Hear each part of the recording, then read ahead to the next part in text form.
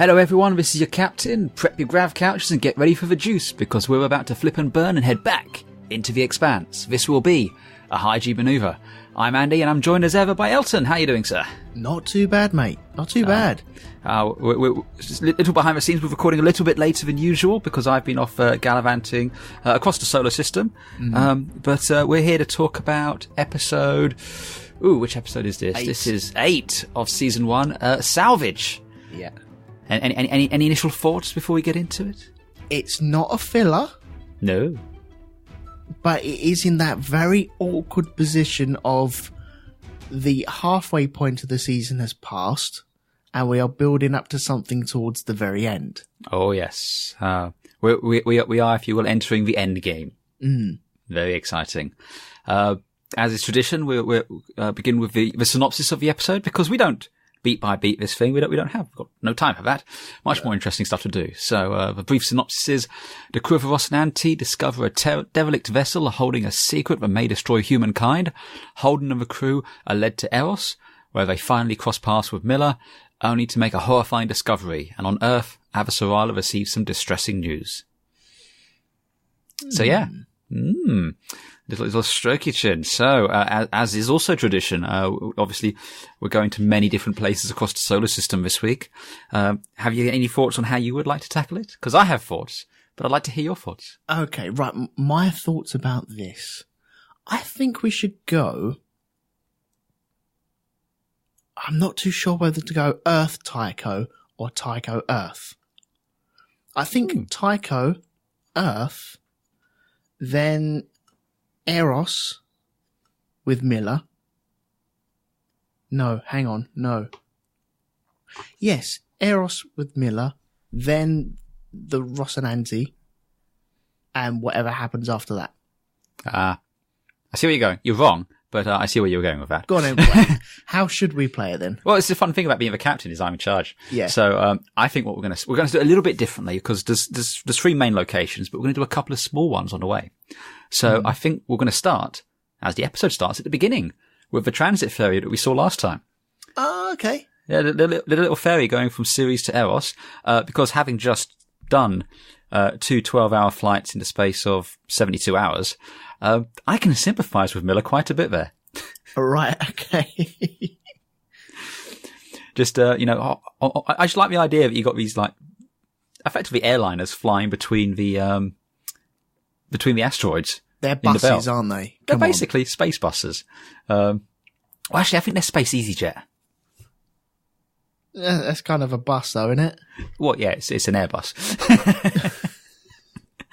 But yeah, we got old Miller, first time leaving Ceres, because obviously born and bred there, never left. And Space Mormons again. I do love the Space Mormons. Yeah, preachy, aren't they? Yeah, a bit. It's cool though. Everyone's got their own little digs. So it's the way that it's almost sly to get to there though.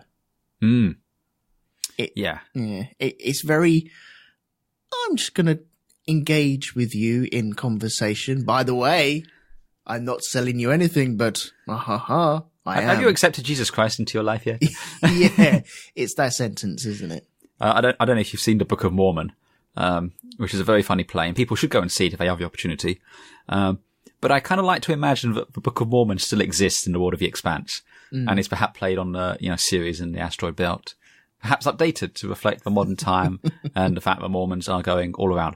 But we do get a bit of information from him. We hear a couple of things about the Nauvoo, which we've seen being built a few times, and we see a little bit in this episode. Is this the one that's been built in Tycho? Yes. Okay, That big, huge thing which dwarfs Tycho Station. But we learned that the Nauvoo is going to leave the solar system and head to a new planet, which the Mormons have picked out for reasons.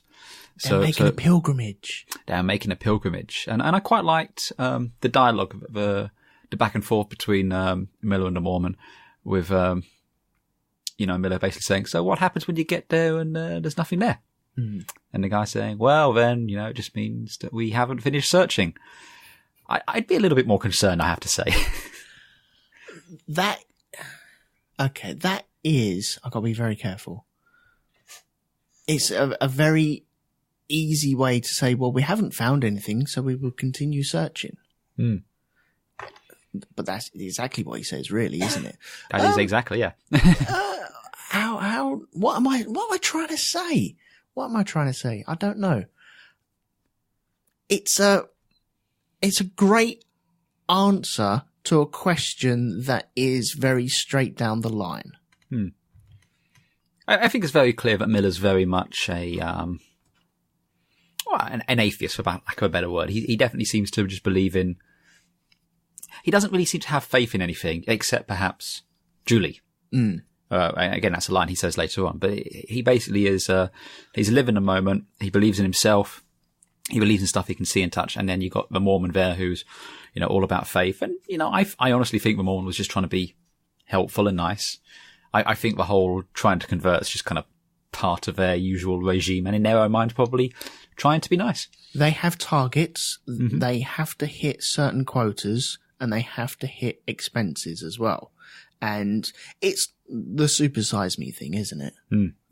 If they don't do that, then their manager's just going to ask them, why didn't you ask to supersize?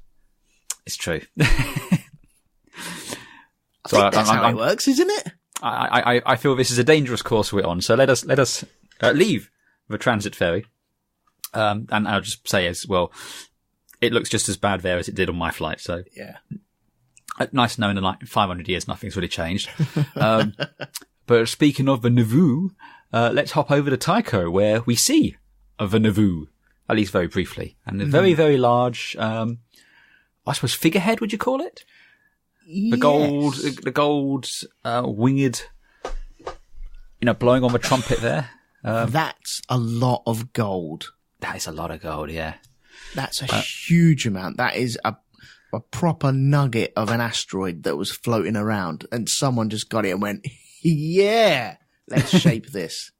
Pretty much. Where'd you cast something like that?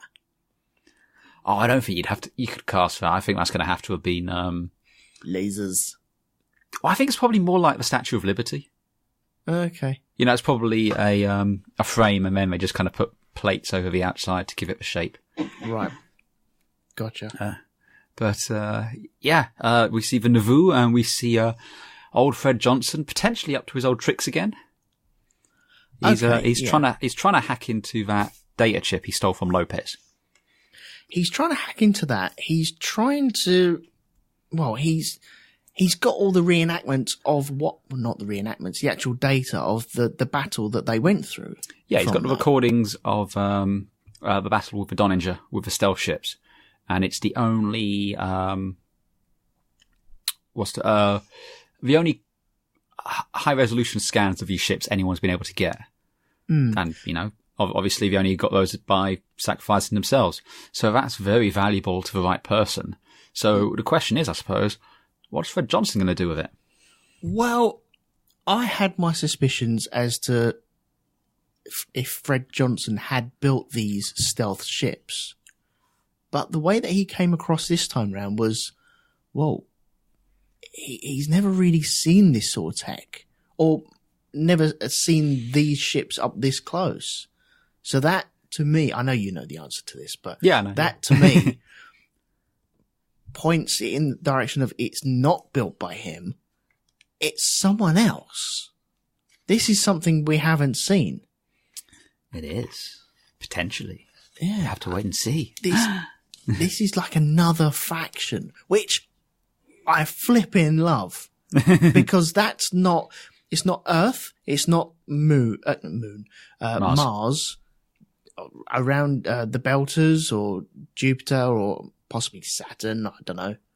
But this isn't from there. This is... This is something else. I mean, and as Kenzo says later on, the only people which can afford to build stealth ships are Mars. Yeah. Which I find strange. I can't imagine Mars having more money than Earth. What? That's why I was suggesting maybe it is some kind of communist planet. The way that they can pool their resources and just aim for one single direction and work on that. Yeah, possibly. I'm just a complete sidebar, but I've been reading through the latest Red Rising novel called Iron Golds, and in there you've got the core planets, but then you have the moon lords of the moons of Jupiter. Okay. And it's always we know there's lots of stuff going on around the moons of Jupiter, so it's not that I'm not kind of doing that, but it's interesting to think that of all those moons that we have there, Io, Ganymede, and Europa and everything. It'd be interesting if there was another a colony or something to declare independence. But I don't think you could set up something on the scale of like the Mars Congressional Republic or the UN without someone noticing. Yeah, yeah. Just to get those. Plus, we're not allowed to go to Europa. It's true, because all these planets are yours except Europa. Yeah, exactly. No landings there. I'm impressed you got that, by the way. Oh, okay, thanks. Legit. Anyway. Little interesting side note here. The person who he's working with there is a character called Sam Rosenberg. Okay. And she's actually a much bigger character in the books than she will be in here.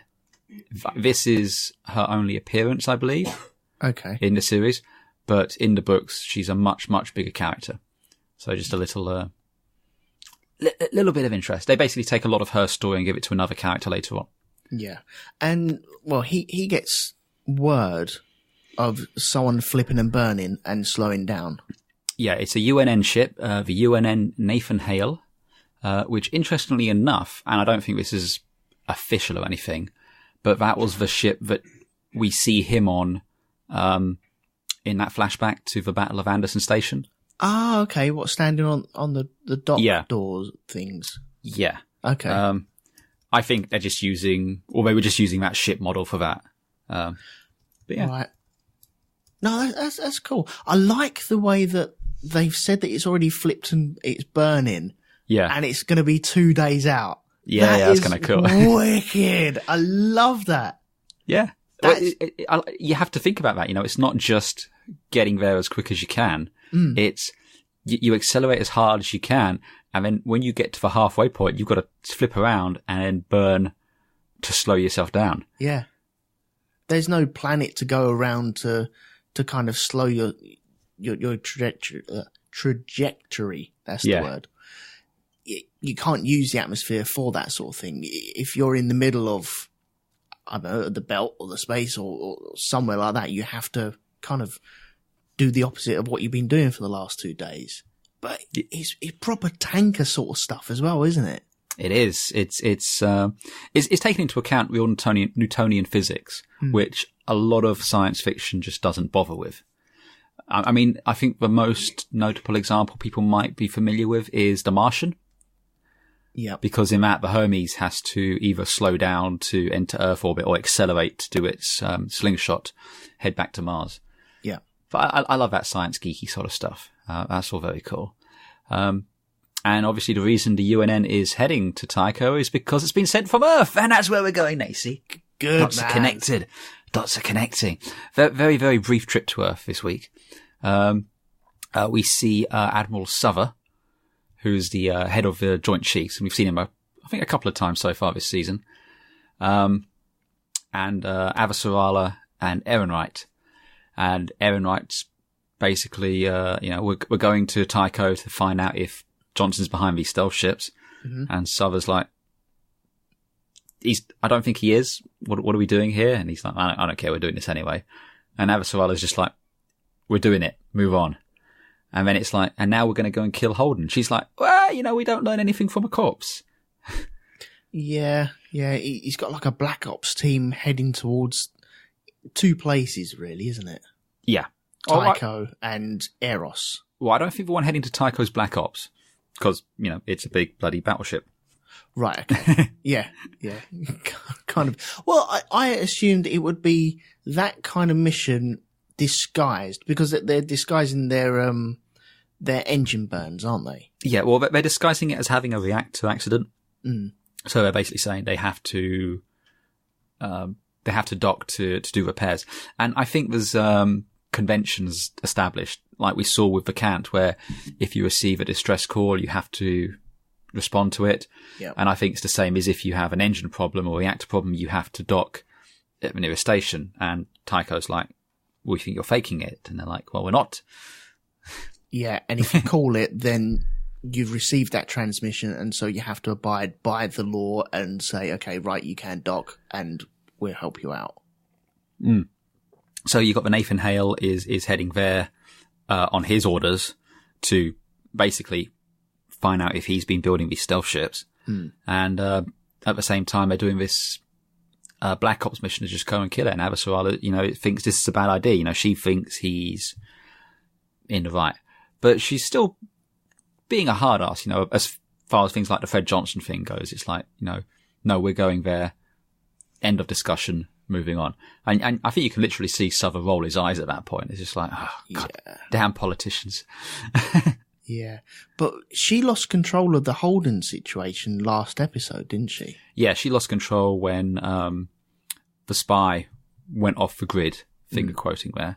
And so he basically, Aaron Wright ordered the, if not Aaron Wright, the, is it Secretary General, I think they call him? Whoever's in charge, basically. Yeah. He orders the assassination, and he's going to be gunned down in a random act of violence on the murder capital of the solar system. So it's kind of painting an interesting picture of what Eros is going to be like. Yeah. Wait, it's all planned out, isn't it? Oh yeah. It's very political, and I'm not saying politicians have done this in the past, but it's kind of echoing what has happened in the past. Oh, no, it literally has happened with that guy in the Saudi embassy recently, that journalist. Mm-hmm.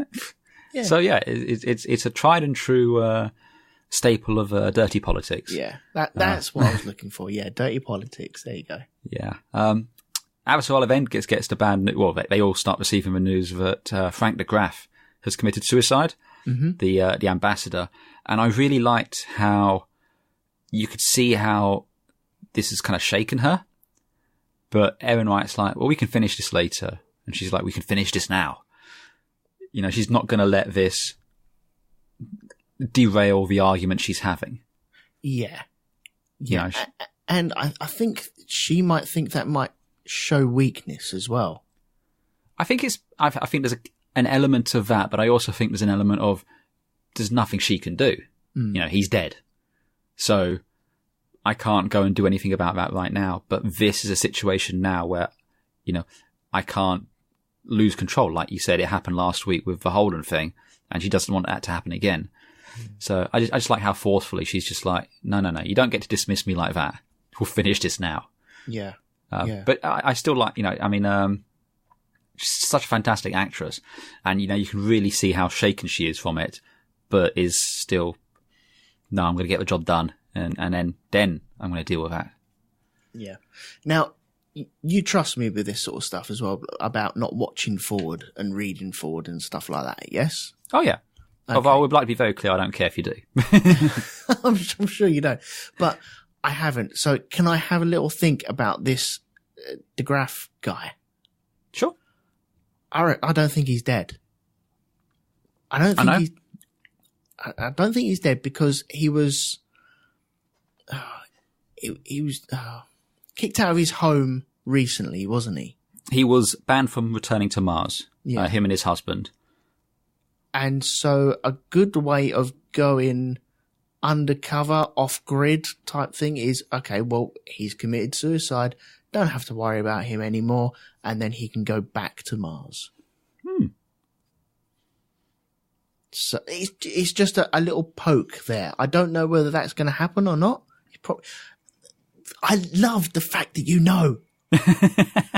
And you're just going, you're doing like rude signs to me down. If there was like a camera here, I could see you doing rude signs to me. I don't know, but you know me so well. Yeah, that's my little thing. I reckon I don't think we've seen the end of him, but I probably sound like an idiot right now. Well, I guess we'll just have to find out. Yeah. If not next week, maybe the week after. Oh man.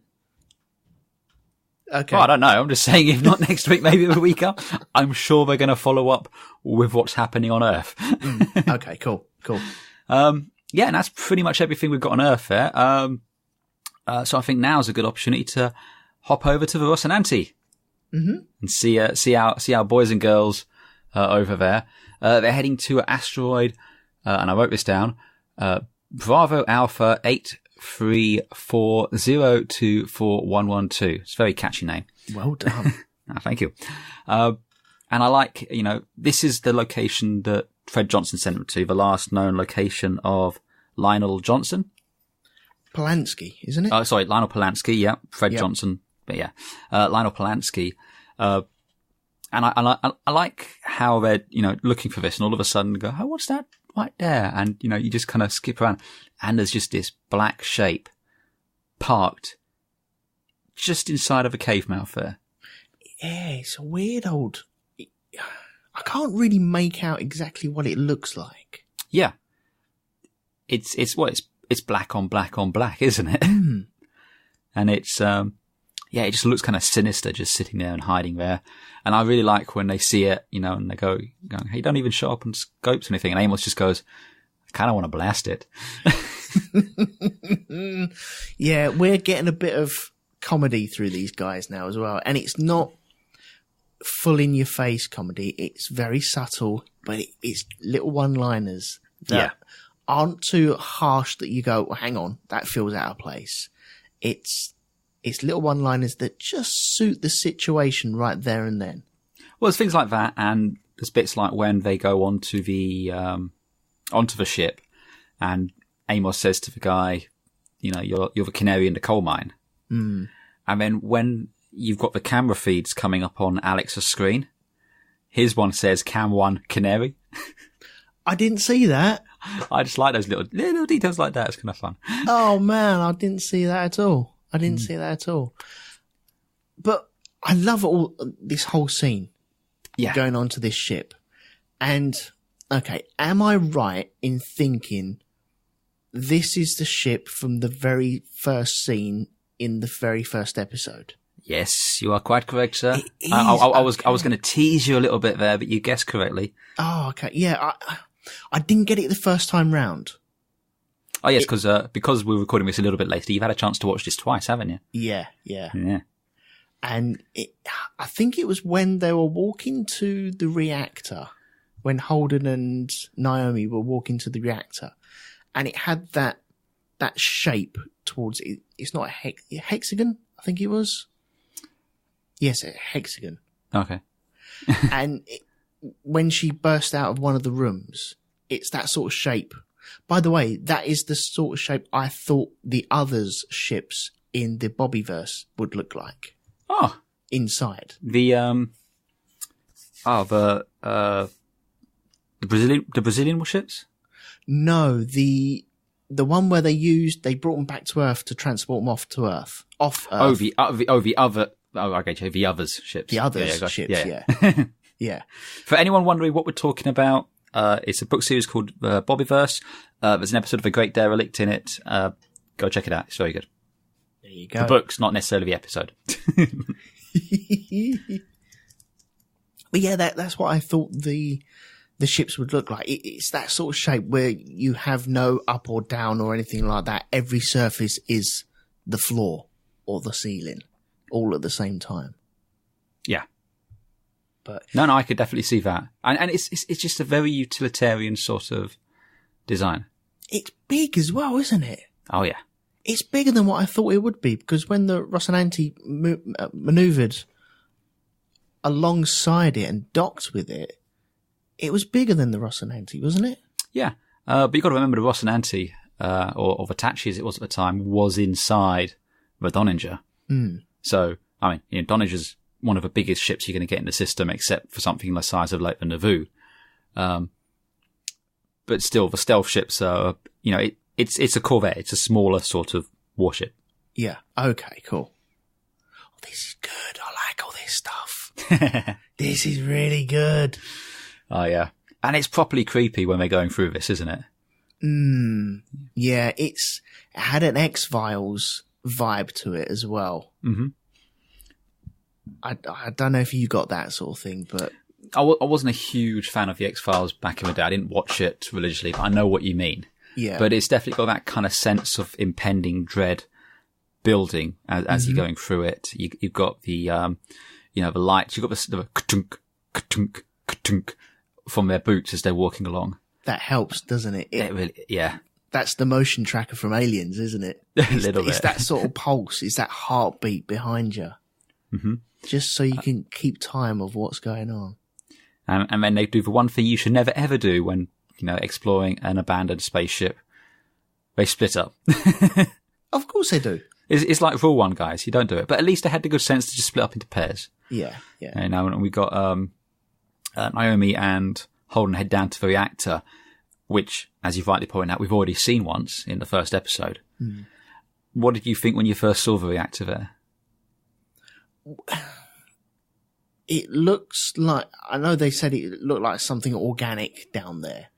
And yeah, it looked like a crystal or crystallized organic matter over the reactor. I like the way you get the rear projection shot as well, where you can see it creeping over the edge. So you get the very angular metallic reactor shape, and also the weird crap that you don't really know what it's all about. It looks like mold or something, doesn't it?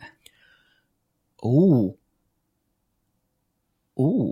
Okay. I'm not giving that as any kind of a hint. I'm just saying that's what it looks like to me. It looks like mold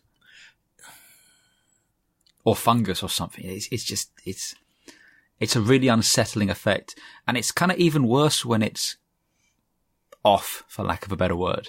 Right. When you can just kind of make it out, and they're just heading towards it. And, it's a proper shout at us TV moment. It's like, no, don't go in there. And everything's super slow as well, isn't it? Because the way that they're situated, they haven't got any gravity to work off. And gravity's done really well in this episode. And Zero G has done really well in this episode, I thought. Oh, yeah. There's a few touches where the spy one, hang on, let me get up his name again. Oh, IMDb. Kenzo, that's it. IMDb failed me then. When he was initially pulled out of his room and he just taps the ceiling to come down to the floor and click his boots on. Yeah. I thought that was a nice little touch. That's so good. But this moldy type thing that you described it as, I thought it's almost glistening. It's like a mineral. I saw it as like a mineral, like a stalagmite or a stalactite. That's the way I see it. I didn't see it moving. I thought I saw it moving the first time I watched it, but it doesn't move when it's off. Right. But when they fire up the reactor and they're close to it, it does move then. Are there like little tentacles? Yeah. Little tendrils kind of moving towards Holden and Naomi. Cool. Okay. I thought I saw something. I was like, no. I just dismissed it. Mm-hmm. But yeah, it's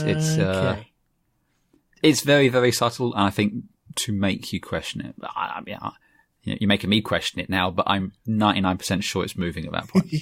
So this is feeding off the reactor then, yeah? This is feeding off the power. It's feeding off the power, yeah. So when they switch on the reactor to, make their life a bit easier, have things like lights and stuff and ship's computer systems, it just starts drawing power and effectively switching itself back on or whatever, and starts glowing. Right. But it's throughout the ship, because it's not just the stuff that's directly connected to the reactor. You can see it down the corridors, and there's a little bit on the bridge, and it just feels like that kind of, if they touch it, bad stuff's going to happen. It's that classic kind of, don't get any on you. Yeah, it's like what's Venom in the DC universe? Like I forget what they call it. Marvel universe. We'll get letters, but yes, it's a symbiote. Did I? Oh God, yes, we will get. Oh, sorry. Anyway, yeah, it's kind of that where it has no size or shape, but can continue to grow. And I would imagine after a certain amount of time, this would take over a whole ship. And then it would become like is it an organic thing? But it's only feeding off power and then it goes dormant. I don't know. I don't know enough about this stuff. Nah. All we know is what we've seen here and, a little bit in the first episode. Because if you remember, when she walked into the reactor room, it was eating someone. Oh, yes. Oh. I'd forgotten about that. Yes. Oh. Okay. Right, I have questions at the very end then. Okay, well, we'll save those for at the very end then. We see a couple more tricks that the Rossi can do. It comes with its own drones now. It was very cool. Just an interesting way to kind of explore ships. Makes a lot of sense as well, It doesn't put your crew in any kind of dangers. Lets them go off and have a look around.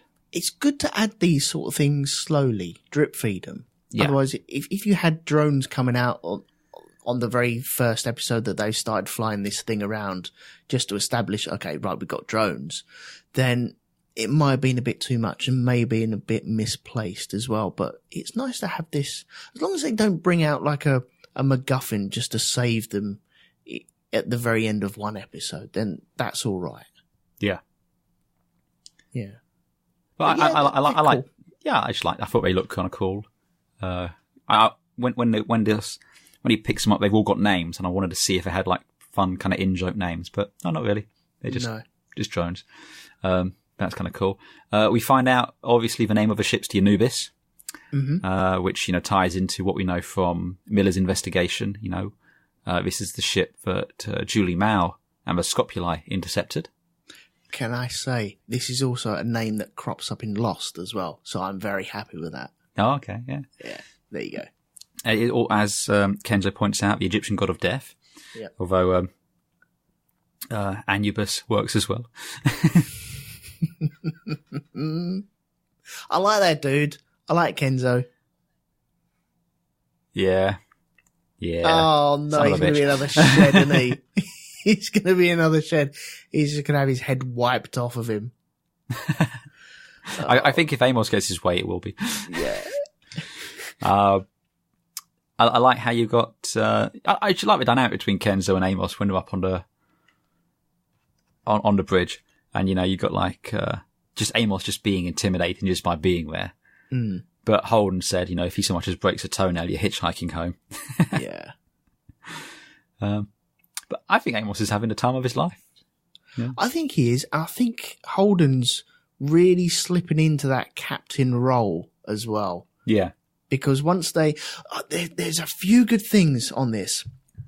Because, okay, this glowy thing starts glowing and they start panicking and get the crap off. Yeah. But they go, okay, right, contamination, and we need to be quarantined and go through all the proper and correct procedure. And Alex is just like, yeah, I was going to make you do that anyway. Yeah, you weren't getting on here otherwise. Any other ship would be like, no, just get in, just come in, don't worry about it, it'll be fine. We've seen that in some of our favourite movies, and it annoys us, and they do it right in this one. It's not. It doesn't take a massive montage to do this. It's just, okay, right, we go through this procedure, see them get all dusted down, and then they're back on. That's it. It's easy. Yeah. It's just, we've seen enough of these films and these tropes to just know this is what you do. It's in the same way, like, if someone is going to set off an EMP, you don't need to explain what it is anymore. We know now. We know what EMPs do, so we're good. Yes. It's in the zeitgeist of us. Ooh, there you go. That's the word of your day, isn't it? There you go. Anything else worth mentioning? Oh, they steal the safe because, they couldn't open it. And they're just like, we'll just take it with us. Okay, so that's going to have records of what was going on here. We don't know. It's going to. Come it's on, it's going to. Didn't it have in the logs as well? It was coming. This ship was coming from Phoebe Station, where yes. I forget his name. It starts with L. It's Lopez. Lopez, yes. He said that they got wiped out there. Yeah, where the Donninger had been to previously, and, they kept asking about... It's a name which has cropped up multiple times. We haven't seen it yet, though. We haven't seen it yet, and we don't know what's going on there, but everyone keeps saying something about, Phoebe Station, what happened at Phoebe Station, it turned up and everyone was dead. So, we say we haven't seen it yet. We have seen video footage from there, though, haven't we? Yeah, we saw the log, I think it was, but we haven't. Well, when I say we haven't seen it, we haven't been there yet. Yeah. And I honestly can't remember if we do go there or not. The other thing just worth mentioning is the Anubis is the ship which destroyed the Cant. That is definitely the ship, yes? Well, yeah, they find the vac suit from the Scopuli. Yep. And we've already seen it, the one that Julie Mao was on. Right. From the very first episode. I thought that was a bit of a leap to just assume that was the one that blew up the Cant. No, they make it pretty clear, and, without, spoiling anything, it is that one. Yeah. There's no, what the twist, it was a different ship. No, this is the ship which destroyed the Cant. Okay, cool. And they get some sweet, sweet revenge by blowing it the fuck up. And Holden gets his fire. Well, yeah, he gets a very deep fire. I quite like how he kind of asks everyone, does anyone mind if we blow that piece of shit up? And they're just like, no, we're good. Except Kenzo's no, don't. Anyone but you. Okay. Please don't kill him. Please don't. I like him. He's like Inspector Gadget. He is a little bit. I like him.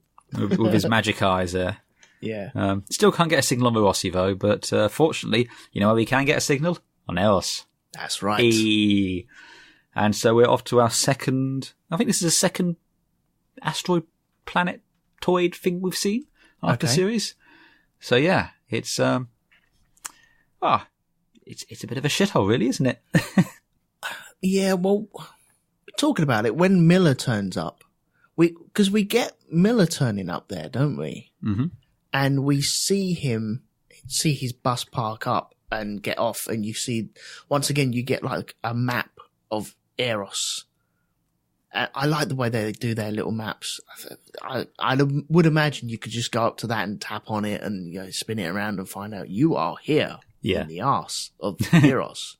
And you want to go there because Starbucks is over there. Yeah. And welcome to the arse end of nowhere. Population U. Exactly, yeah. But we don't get the Rossi turning up there. It's just assumed that they turned up. Well, they're heading there. The next thing you see them there, we don't need to see, them docking. We're kind of beyond that. No, it's cool. It's cool. I like it. No, very much so. But I like how when Miller arrives, he looks up on the docking board, and we see the Anubis 1A is there, and I think he's forgotten he's not a police officer anymore. The way he goes and deals with the dockmaster. Yeah, he hasn't got that authority, has he? And that dockmaster is clearly playing Candy Crush of the future. Oh yeah, it's space Candy Crush. Yeah, he's properly hooked on that, and he starts throwing his weight around, but he's also throwing his money around as well, as if he can bribe anyone to do whatever he wants. And he does get information, but it just doesn't really go down the way that he wants it to. And I think he's forgetting the position that he's in.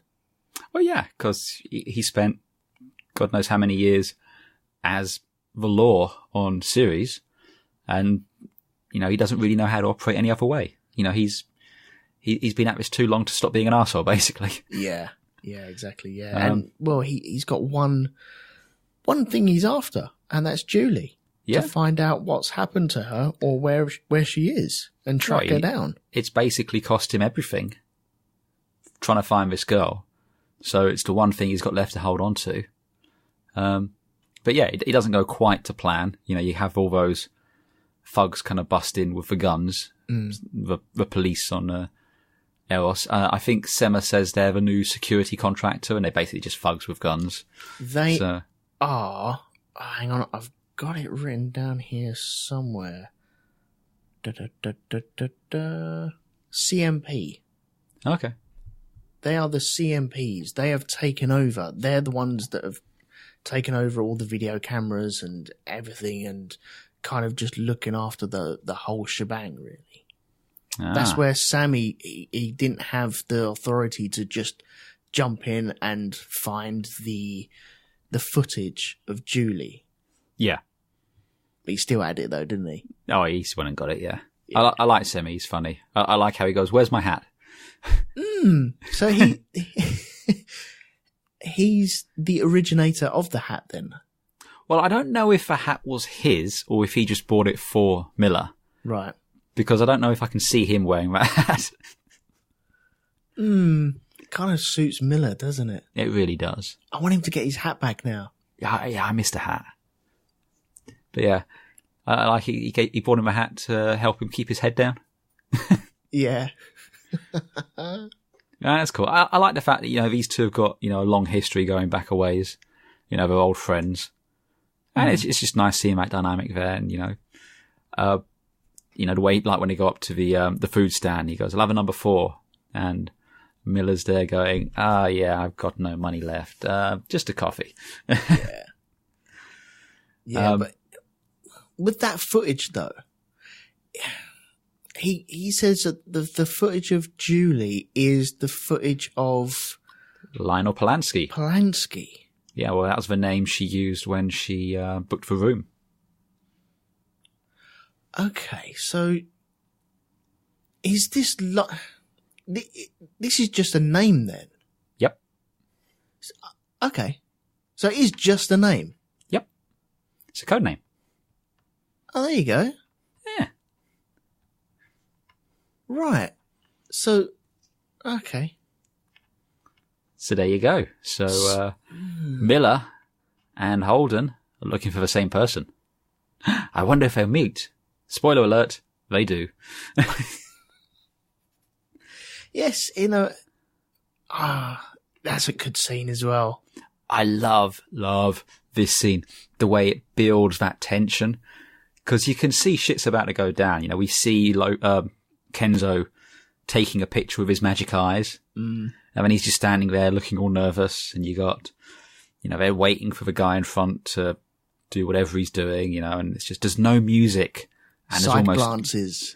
And then you got Amos, like he spots, to clock these people coming in and all that. And he just very slowly brings his hand up and starts pulling the zipper down on his top. Yeah, that sounds sexy as well, doesn't it? That it does sound sexy. Click. You don't know whether like the lights are going to start dimming. It's like It's Raining Men starts kicking in at the background, but yeah, it's just like, yeah. But it just, the tension just keeps building and building and building, and you've got Kenzo getting sweatier and sweatier and sweatier. And then all of a sudden, he just bolts and all hell breaks loose. Because he sold them down the river, isn't he? Because he took photos of it was the Blue Dragon, wasn't it? Falcon. Blue Falcon, sorry. Yeah. So he took a photo Put it this way, it's the kind of place which charges by the hour. Well, I was thinking, what's the one in Police Academy? What was that? The Blue Oyster Bar, isn't it? That's it, yeah. Blue Oyster. Okay. That one. Anyway, maybe I know that scene too well. I think maybe a little bit. But he's proper sold them down the river by taking a photo of Holden outside the Blue Falcon. Well, don't forget, he works for the UN government. He is their spy. Yeah. His whole purpose of being there is to spy originally on Fred Johnson, but now on Holden. So, yeah, I mean, he sold them out, but it's kind of what his job is. So, he does that, and then he just gets out of there and just all hell breaks. Like, all of a sudden, everyone's got guns, and it's just bullets going everywhere. I love how Alex trips over the bulletproof couch trying to get over it. I'm glad you mentioned that, because that sofa is just annihilated, and yet not a scratch. Oh yeah, it's a bulletproof couch. There's a plate of Kevlar on those cushions. It's like the safest place to be. No, guys. Don't go behind the bar where the receptionist has been killed and murdered. Come behind this sofa. You'll be absolutely fine. Yep. I mean, the only one who seems to be doing any good with taking him out is Amos, who's just cool as a cucumber. He's just like, he drops the girl, who was the first one to start shooting at him. And then did she get a shot off? I think she got one shot. She pulled the gun, but she was down after like one shot. And then you got the guy with the automatic and the other two guys, and Amos gets another one, I think. But yeah, it's just bullets everywhere. There's no police turning up because when Kenzo sent the picture, you saw there's a message on his eye saying, police won't attend. Yes. So they've obviously just kind of told the police, you're going to hear reports of gunshots. Yeah, it's just fireworks. Or something like that. But then, and this is my note here, which I think you'll appreciate. I just put, it's Miller time. Oh, okay. There you go. Because, all of a sudden, he just kind of comes in and it's like, pow, pow, pow. Cool as a cucumber. He kind of finishes them off. I think Amos finishes the last one off. And then he just walks in and he's just like, James Holden, shit just follows you around, doesn't it? Yeah. But I know that this is built for adverts as well, but there's that jarring cut scene because you have them fronting off with each other. Yeah. It fades to black and then fades back up, and then it's okay, right, scene and go. It's like, okay, thanks for your assistance, but who are you? And oh, come on, you can do better than that. That's so cheesy. Yeah, that didn't work for me. Yeah, alas. Built for adverts, but fortunately from season 4 onwards, we don't have to worry about that because it's built for Amazon. Yeah, Huzzah. Exactly. Yeah. So yeah, looking forward to that. But yeah, he's in there, and he doesn't even break us his stride. Seeing Holden there and everyone there looking for Lionel Polanski. He knows what he's going to. He's going up to room 22. Everything we've seen so far is built to this moment. And I like how Holden tries to give him that kind of the ultimatum, saying, you're going to tell me what's going on. You're going to answer my question. He just, without, raising his voice or anything, just turns around and says, I'm going up to room 22. There's a load of thugs going to come in, but these ones are going to have badges. And if you do that again, they're going to have another body. And you've got Amos behind, just kind of smiles like going, yeah, boy. Yeah, I'm really starting to love these characters. Oh yeah, they're fantastic. They're just so well realised and so well acted. I just love it. Well, there's that bit when they all decide to go upstairs, don't they? And you have Holden and Amos on either side of the door, and they're kind of looking at each other, going, "Okay, right, I'm free. I'm free. And Miller's just like, poof. And they look at each other, go, "What?" And also, Alex pulls a gun on that guy. He's like, oh yeah, no. Yeah. Amos is like, calm down. Yeah, but to be fair, I think this is probably the first time they've been shot at least directly. On the Donninger, I suppose, but that's different. There's the adrenaline trying to escape from the ship and all this. This was personal. They were there to kill them. That was for them, wasn't it? Yeah. So yeah, he's a bit on edge. But they get into the room and it looks like there's been a fight, but it's not. They've just Naomi says, no, they've been turning the power off. Right. And then all of a sudden they put 2 and 2 together, like the reactor on the Anubis, and we're like, don't touch anything. Exactly, yeah. And there's a really bad smell in there. He's saying it smells like sweat and vomit and death, basically. Yeah, because on the Anubis, they did turn around and say about it had been breached but powered down correctly. Yeah, someone had turned... They'd breached the door to get into engineering, but they'd actually turned the reactor off properly and then vented the ship. So it wasn't like a reactor problem which scrammed it or anything. So, yeah, they get in there and then they find poor old Julie. Julie's dead. So this is proper Julie, then? This is Julie. I was wondering whether this was going to be like a switcheroo as, oh, maybe it wasn't Julie. This is someone else that you should have been following, and you've totally missed this person. So this was Julie. This was Julie, yes. Okay, so it's pretty hard to look at as well, isn't it? It's kind of ick. It's pretty graphic without seeing much, just enough. You just see enough to go, oh, that's uncomfortable. Mm-hmm. So I'm guessing this is like a biohazard thing from what we've just seen on the Anubis. Yeah, that's what I think anyway. Yeah, I don't think it's giving anything. Yeah, it's basically, it's going back to, again, the first episode when we saw, she walked in on that room and the thing reached for her. Mm. Yeah, we're basically seeing that. And if you remember when you saw the video footage of her on Eros, she was kind of like, it looked like hurt or ill or something when she's walking up to the thing. Yeah. So, yeah, it looks like it's a bit of a biohazard thing. So, she's proper brown bread from this. Yes. So we're not going to see any more Julie Mao. Well, I think I've already mentioned, we have a flashback episode. Ah, okay, cool. So we will get to see what led to her being there. That's totally going to be next week.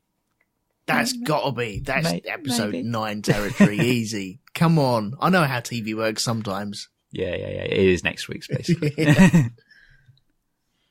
Yeah. We kind of next week just get Julie's story and, we see what leads for her to be there. That's cool. But yeah, like you say, we're only 2 away from the end now. Yeah. And since next week is mostly a flashback, we're really only 1 away from the end. Okay, yeah. Oh, wow. It's all ending up really, really quickly now, isn't it? Yeah. It's funny that, it's just kind of crept up and all of a sudden it's got a slow burn, this show. It takes a little while to get up to speed, but once it does, you're burning at full power. Yeah. So Miller's love, and I'm quotation marks there, she's dead. So he kind of like sits down and goes, oh, it's Julie Mao. So is he heartbroken with this?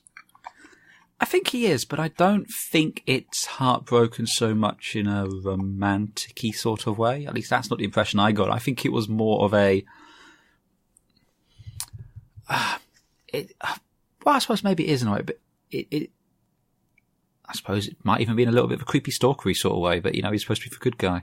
But it's... Well, that was his journey, wasn't it? That's the reason why... She was the reason why he left. Yeah, he kind of fixated on her. And day one, he turns up this place. Oh, she's dead. Yeah. Okay, let's go back and get my hat. Whoops. That's awkward. Oh, man. So what's he going to do? So they can't touch that. They won't be touching that. If they turn any lights on, then she's going to start glowing, man. I would certainly hope they don't touch that. For I imagine that would be bad. Is she dead? If they turn like the lights on, would she start reanimating? Julie Zombie. Yeah. I'm just thinking things through now in my head. They're probably just utter tosh. Okay. No, she's got to be dead. Looks grim though, man. That looks, I don't know whether it's painful. It reminds me, and I know this is before it, but the Annihilation and that guy in the swimming pool. Yeah, a little bit.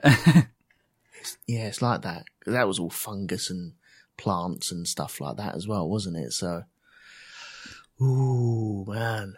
Okay, cool. Right, so we got like a biohazard thing. We've got 2 stories that have joined together. Yeah, we've got Miller's finally met up with Holden and the rest of the crew. Yeah. Oh, okay. Yeah. It's like all these threads are coming together.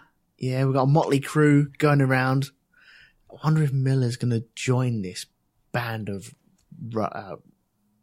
rapscallions and go around the solar system. Having fun adventures. Yeah. Solving crimes. No. Yeah, I think it's a very different, a very different sort of, show than that. Yeah.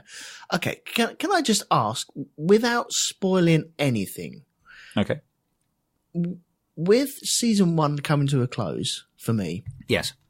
And you knowing what comes after this. Yes.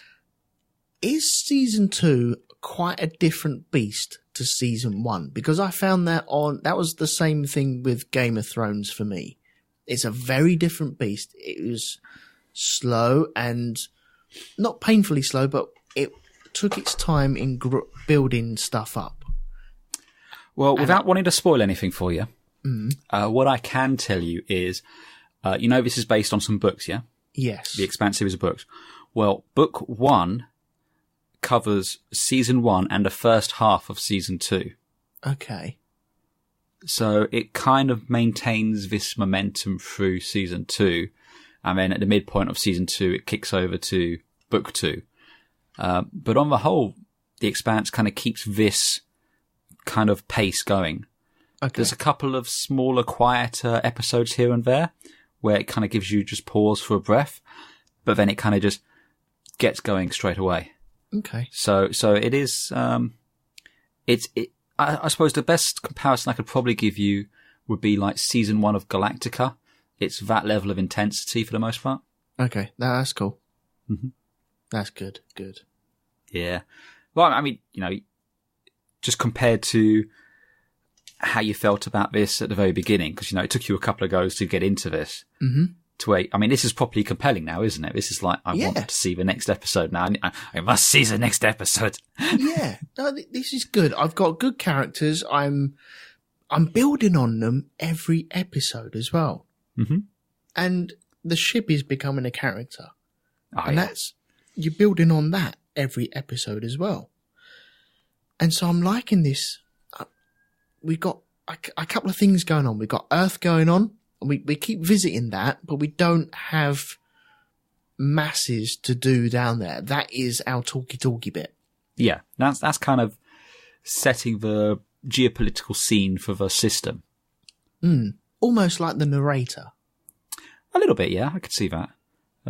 We've got a couple of, 3 different locations in the belt. Tycho, Ceres, and Eros now. Yeah.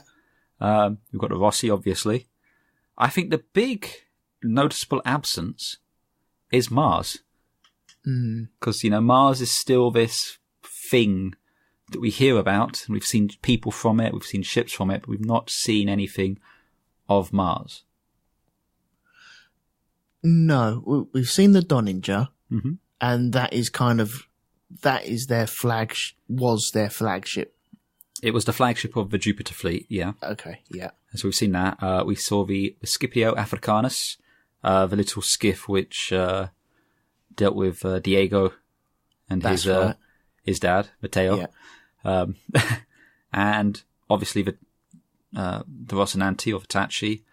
We know that Alex is Martian, but that's it. We haven't had an Avasarala type character to give us a Mars kind of perspective on things and what's going on. So Mars is still very much kind of the other. And we still don't really know what's the deal with these ships. And are they directly connected to the gunk in the ship? Or was this just, there was something going on and then it kind of just, this gunk is another thing that's going on. Oh, yeah, okay. Was the gunk... No, because we saw her. I thought she was on the Scopuli at that time, but this was the ship that she was on. Yeah, there's a little bit of misdirection there, which was very clever. Yeah, that's good. Oh man, 8 episodes in, you're like, oh yes, there you go. So we got the gunk. I take it we're going to call it the gunk for a little while now. Well, I know what it's properly called. But yeah, I don't want to tell you what it's properly called, so we're going to call it the gunk. Okay. And then we got these like stealth ships as well. Uh-huh. Can I just change my opinion on the Mars ships and them being communist and stuff like that? I feel that they're more the Americans of the solar system, the world police, should we say? Would that suit them more? I don't think so. I think Mars is, in a strange way, it's probably like the Royal Navy was in the 90s and early 2000s. Had a lot less ships, but arguably in some respects they were better one-on-one, but just didn't have as many as Earth does. Okay. So the idea then would be, for every Martian ship would have to be able to destroy, say, 3 or 5 Earth ships. Yep. And I don't think they're police. I think Earth sees itself as the Americans and the system police. It certainly seems to feel it's entitled to everything in the system because, it's the cradle of humanity. And we even had Avasarala say at one point, Earth must come first. Yeah. The only reason Mars is where it is because it's building off of, all the years of human advancement and evolution on Earth before doing that. So it has to pay its dues to Earth. And that's a little bit, what's the word I'm looking for here? I don't know what the word is. Arrogant, maybe? Presumptuous? Mm-hmm. And that's the sense of, she's like, I know you're trying to terraform a planet and, you're all living to this dream, but Mama's got to get paid. But life is established on Mars, though, isn't it? Mars is life is established on Mars, but you still have to wear a suit to go outside. Yeah. You still can't, because Lopez was saying, you're still living under domes. You still have to wear spacesuits to go outside. They're terraforming the planet. They're trying to, but they're not there yet. And the Cold War with Earth is delaying that process more than anything else because they have to divert resources into their military and into all that sort of stuff rather than just plowing it into trying to terraform the planet. Yeah. And I presume the reason they're doing that is if they didn't, and they just kind of kowtowed to Earth, it would take even longer because Earth would have all the resources from the system going straight to Earth before going to Mars at all. So there's a balance to strike for that planet. There should be a balance, and as per usual, Earth is being a dick. Yeah. Of course. Why wouldn't they be? It's true. Cool. Yeah, that's pretty standard for Earth. Yay. Good stuff. What, should we leave it here for this one then? I think it's a good place to kind of call it a day on this episode, definitely. But yeah, as we mentioned, only 2 left to go. And as we've already touched upon, next week is a flashback episode. It's not entirely a flashback episode, it is largely a flashback episode. And it's called Critical Mass. Cool. So, yeah. I think we're due it, and I think it because we've been following Julie for so long, and she's been such an integral part of this season so far, but without being there, I suppose it's only right that we find out her story. Mm-hmm. Yeah, no, I definitely think it's going to be. I'm looking forward to seeing what you make of it. Mm. Yeah, it's a good episode, and we're building up to the final crescendo for season 1. And I'm looking forward to watching it again and to seeing what you think of it. Yeah, it's so cool, man. It's so cool. Yeah. All nearly done season 1 already. It's so cool. Absolutely. Well, as you say, we've come to the part of the podcast where one plugs one's wares. So, sir, do your thing.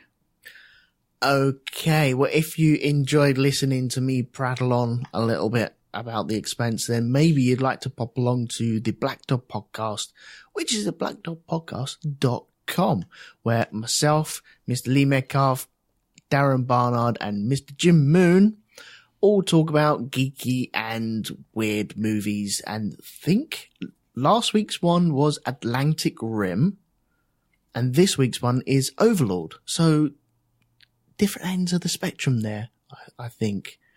So if you fancy that, pop along to iTunes or all the other places that you normally download these sort of shows from, and give them a rating and review as well. So why not do that? Oh, absolutely. Anything else, sir? Anything else? No, I think that's it for now. That'd be all right for now. Well, then I shall plug the rest of our wares, where you can find us both on rogue2media.com, where I do the Great Derelict, you do the Shonky Lab, and we both do the Grand Prix Podcast and the Band of Brothers Podcast and the Earth to the Moon Podcast. Mm-hmm. Well, we don't really do them anymore because those last two are finished. But they're all there, so you can go and listen to them. They're great. They're kind of like this, but about those shows. So you should go and check those out. And as Elton says, you can go and give them a little review, a little rating on iTunes. We'd very much appreciate it. Also go and visit our friends over at the bOrgcast at bOrgcast.libsyn.com for your Star Trek needs. And they're also doing Battlestar Galactica, not the new one, the original one at the minute, but they will be doing the new one later. And that's at galactica.libsyn.com. So yeah, go. If you like The Expanse, you will probably like Galactica, the new Galactica. I don't know how you'd feel about the old Galactica, but hey, check it out. It might be for you. Oh, I think, yeah. If you've got here to The Expanse without going through Galactica, then you took a massive detour somewhere along the line. Oh, so. But it's the new Galactica. I say the new Galactica. It is kind of over 15 years old at this point, but the new Galactica is well worth a watch. I think LSG Media did a podcast on that as well. So there's lots of very fine podcasts out there, people. Go and check them out and, give reviews. Get a friend to listen along because that's always fun as well, because then they can be excited about this as well. And you can prepare your own conspiracy theories. Then you can be the me who's seen it and you can introduce someone new to it, you see. It's a lot of fun, that is. Yeah. Also, check out Hypnogoria as well. I just want to throw that one in there. Yes. Do all those. And Elton will put things in the show notes because he's good at that. Yes. Show notes will be full of that stuff. So if you want to go along and click on that sort of stuff, then pop along to rogue2media.com and all the show notes and stuff like that will be there for your waiting to be clicked upon. That's a terrible sentence, but we'll keep with it. You know exactly what I meant. Yes. And you can find us both on Twitter. I'm at Andy3E. Yeah, and I'm Elton McManus. Excellent. Well, there you go. I think that's it for another trip into The Expanse. I just want to remind you all to trust your gut before your head gets in the way. Goodbye.